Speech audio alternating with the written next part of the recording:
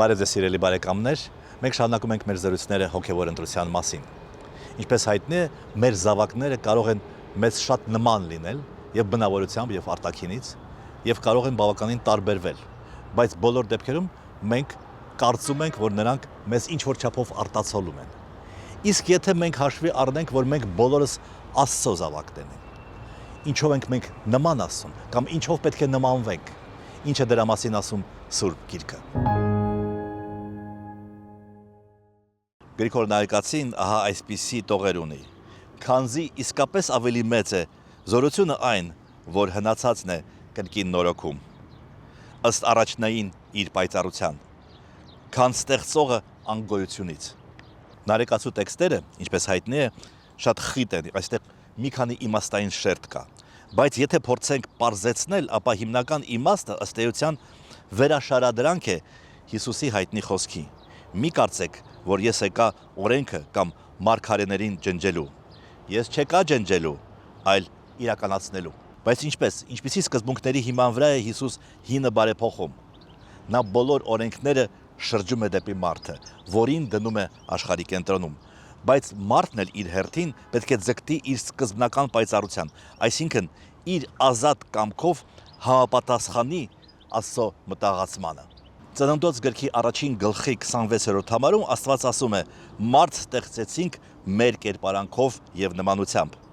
Իսկ հաջորդ համարում, երբ դա արդեն տեղի է ունենում, ասված է. «Աստված մարդուն ստեղծեց իր պատկերով»։ Հարց է առաջանում. ուր մնաց նմանությունը։ Առաջին դեպքում ասում է նաև նմանությունը։ Դրա վերաբերյալ կան տարբեր բացատրություններ։ Դրանից ամենաէականը եւ ամենատարրականը, կասեի, այն է, որ կերպարը եւ նմանությունը նույն բանն են։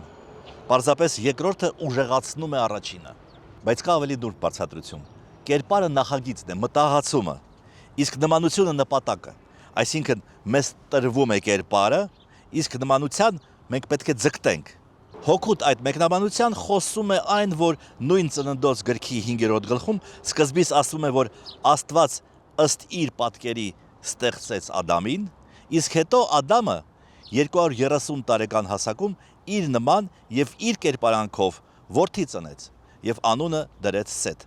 Դարձյալ զուգորդվում է պատկերն ու նմանությունը եւ նորից նույն նպատակով։ Այստեղ իհարկե հարց է առաջանում, թե ինչպես է Ադամը ապրել 930 տարի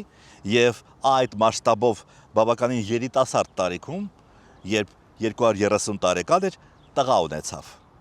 Այստեղ դասական բացատրությունը հետեւյալն է. որքան մոտ էր մարդը աշխարհի արարման պահին, սկզբնական պայծառությանը, այնքան նա երկար է ապրել։ Հավանաբար պատճառն այն է, որ այն ժամանակ մենք սերնդեսերունդ դեռևս չէինք շալակել մեղքերի բեռը։ Բայց ինչ է այնուամենայնիվ նշանակում Աստծո նմանությամբ։ Միթե մենք կարող ենք նման լինել Աստծուն։ Եթե այո, ապա ինչու՞մ։ Խոսել ենք արդեն, որ Լեռան քարոզում Հիսուս ասում է.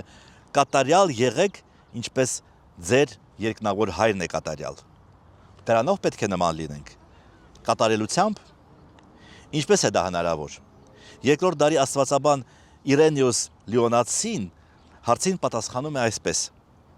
«Կերպարը կա, ստատիկ է, նմանությունը զարգացում է, շարժում է դեպի աստվածային նախագծի ամբողջականությունը։